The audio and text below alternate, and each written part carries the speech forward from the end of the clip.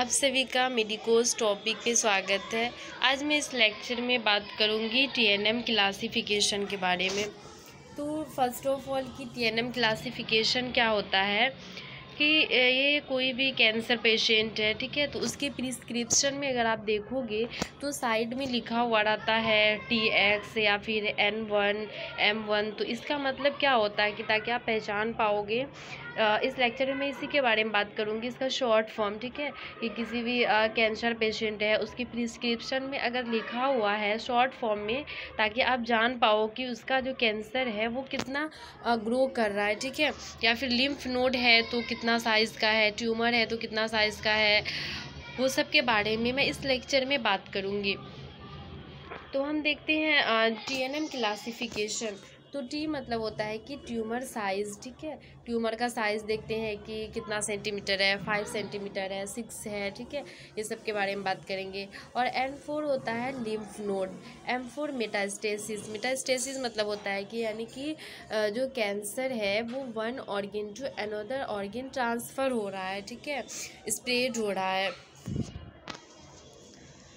अब हम बात करेंगे फर्स्ट टी था तो ट्यूमर के बारे में अब हम बात करते हैं। तो देखिए, अगर प्रिस्क्रिप्शन में लिखा हुआ रहे TX, तो TX का मतलब होता है primary tumour can not assist, मतलब कि कोई ट्यूमर वगैरह असिस्ट नहीं हुआ है, ठीक है, तो उसको हम रिप्रेजेंट करते हैं TX से। और T0 मतलब no evidence of primary tumour, मतलब कि कोई भी एविडेंस नहीं है अभी तक प्राइमरी ट्यूमर का। TIS का मतलब होता है कार्सिनोमा इन सीटू, मतलब कि कार्सिनोमा इन सीटू मतलब होता है कि अभी अर्ली स्टेज में है, ठीक है, जब अर्ली स्टेज में रहता है तो उसे हम बोलते हैं कार्सिनोमा इन सीटू, मतलब कि इसे आप ठीक कर सकते हो, ठीक है।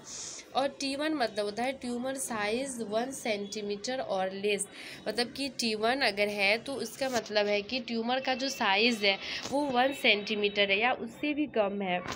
एंड T2 मतलब होता है ट्यूमर साइज़ 2 सेंटीमीटर और लेस, मतलब कि ट्यूमर साइज़ 2 सेंटीमीटर है और उससे भी कम है, ठीक है। और T3 मतलब ट्यूमर साइज़ 3 to 5 सेंटीमीटर है।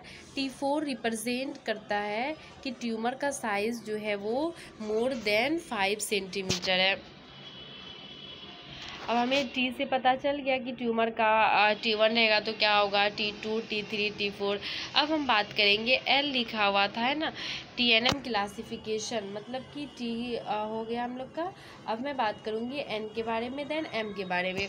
तो N मतलब क्या होता है कि लिम्फ नोड, ठीक है, लिम्फ नोड NX रहे तो regional lymph node can not be assist, मतलब कोई भी लिम्फ नोड वगैरह असिस्ट नहीं हुआ है। और N0 रहे तो नो नोडल मेटास्टेसिस, मतलब कि अभी कोई one organ to another organ, मतलब कि जैसे लंग्स से लीवर में, फिर लीवर से बोन में, ब्लड में, ये सब में ट्रांसफ़र नहीं हो रहा है, ठीक है, नो नोडल मेटास्टेसिस। और N1 का मतलब होता है 1 to 3 लिम्फ नोड मेटास्टेसिस, मतलब कि 1 से 3 लिम्फ नोड जो है वो मेटास्टेसिस हुआ है।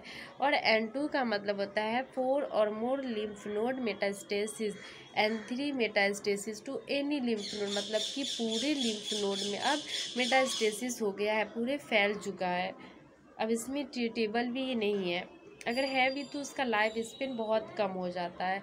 अब हम बात करेंगे मेटास्टेसिस के बारे में। तो मेटास्टेसिस मतलब क्या होता है कि जो कैंसर है उसका बॉडी में फैल जाना, ठीक है, वन ऑर्गन से अनदर ऑर्गन में स्प्रेड होना।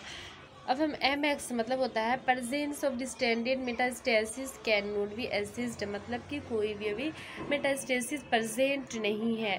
M0 का मतलब होता है नो डिस्टेंडेड मेटास्टेसिस, मतलब कि लोकलाइज्ड कैंसर है, ठीक है, कोई एक ही ऑर्गन में कैंसर है, अगर लंग्स में है तो दोनों लंग्स में है, दूसरा ऑर्गन में ट्रांसफ़र नहीं हुआ है, इसे भी हम कुछ हद तक ठीक कर सकते हैं। M1 मतलब होता है डिस्टेंडेड मेटास्टेसिस, मतलब कि अब पूरे बॉडी में कैंसर फैल चुका है, जिसे कि हम मेटास्टेसिस बोलते हैं। तो डिस्टेंडेड मेटास्टेसिस मतलब होल बॉडी में जो कैंसर है वो फैल चुका है। Thank you for watching this video.